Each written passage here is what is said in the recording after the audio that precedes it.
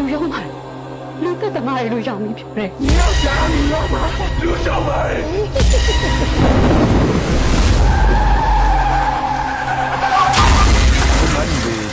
လူထဲမှာလူတယောက်ကားတိုက်လာတယ်။တည်သလားရှင်လားတော့မသိဘူး။ငါညီကိုစားမင်းတို့တည်းကတစ်နှစ်လောက်တော့ပြီးထွက်ရတယ်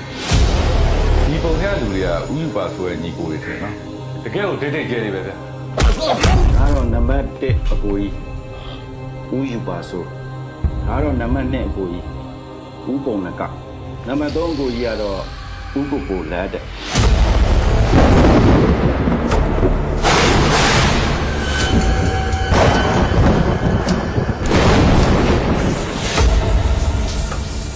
ကျုံနေတဲ့အိမ်မှာ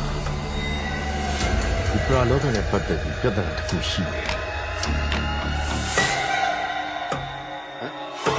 ဗျာဟိုနောက်မှာအရေးတစ်ခုဖြတ်သွားတယ်လို့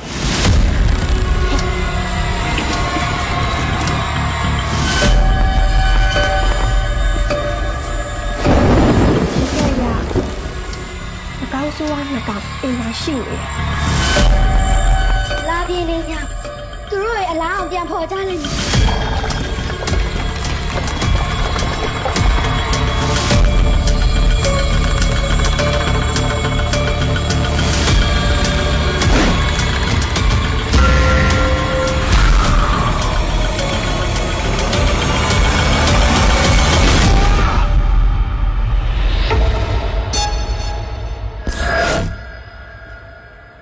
好不那个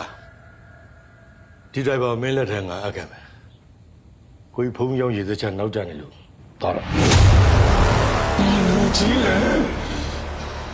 ဒါလူကြီးဟာဘူးပေးရရှင်လာတော့မင်းတို့လုံးမဟုတ်ဘူးညီမျိုးကသေသွားလို့မယ်你笑吗